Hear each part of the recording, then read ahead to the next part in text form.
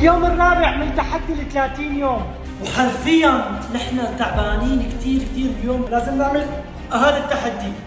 ليتس جو. وكالعادة بلشنا بتمرين البوش اب.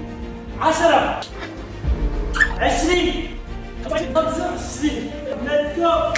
خلصنا أول دفعة من تمرين البوش اب وهلأ بلشنا بتمرين السيكس باك. أول ما بلشنا كان الأمر كتير صعب 25. وأصعب شيء هو الخطوة الأولى.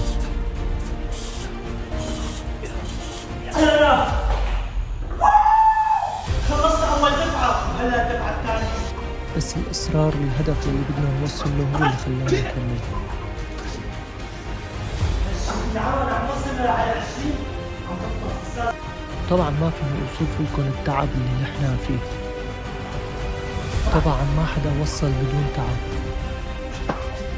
25. هلا بلشنا بآخر تمرين عجلة المعدة، كان الأمر كتير صعب. خلص. كيف خلص تمرين اليوم؟ ما بعرف، الحمد لله. نشوفكم بكره اليوم الخامس.